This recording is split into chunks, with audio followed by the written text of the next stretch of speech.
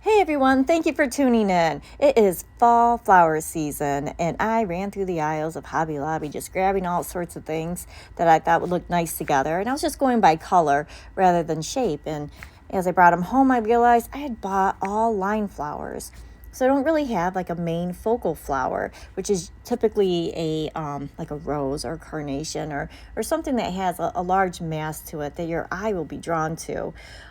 So I'm going to show you how to make two different style bouquets. And instead of focal flowers, I'm going to use the ribbon as my focal point. So I had a couple different ribbons to choose here.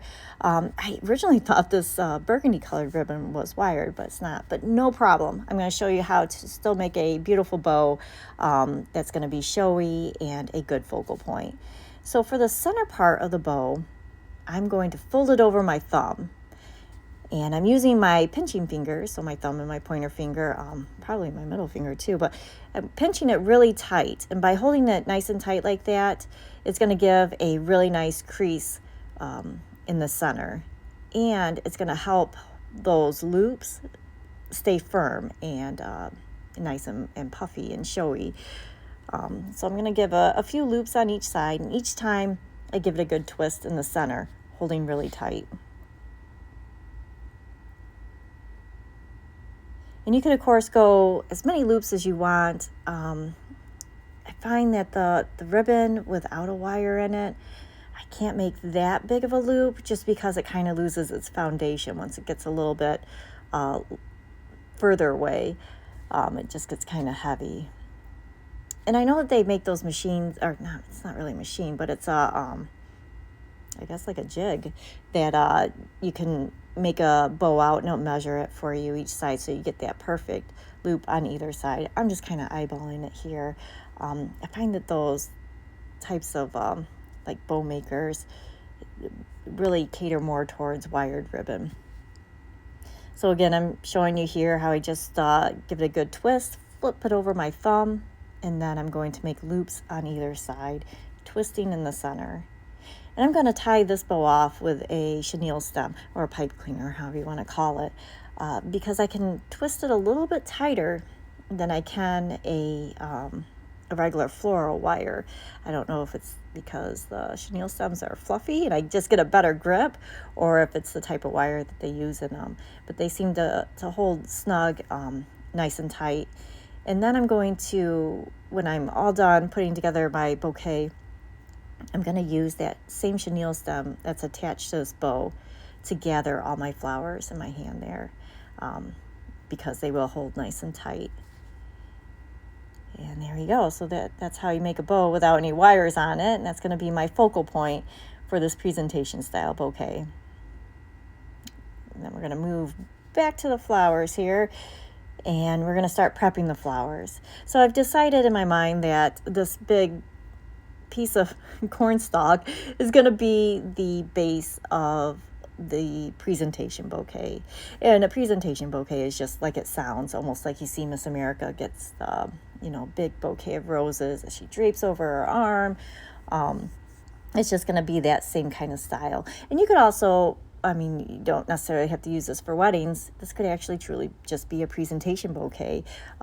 There's a at the end of a play, or just presenting it to somebody, graduation or something like that, after a dance. There's many reasons to make a presentation bouquet. So I always prep everything by chopping it down to bite-sized chunks, but I want these to be longer, so these are a bit longer than bite-sized.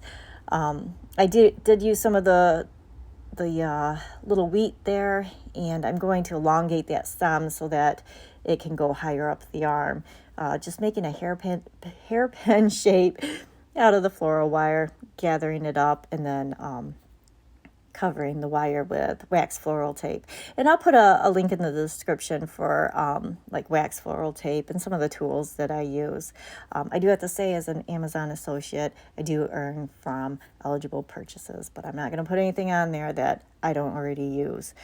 And I'm trimming down the leaves here, and I'm going to make the stems of those a little bit smaller because I'm going to kind of encircle my bow with those leaves.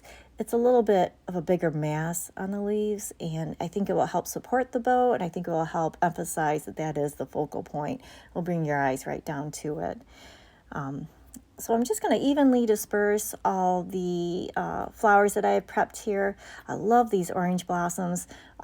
They're a nice bright color, so I want them to be more towards the front. The blossoms themselves are not quite big enough to be the focal point, but I do want that color out more towards the front because it is very showy and it is very bright. So I want that to stand out. And what's nice about using silk flowers is that, especially with these filler flowers, not all the faces of the blossoms will turn out so you can see the full beauty of it.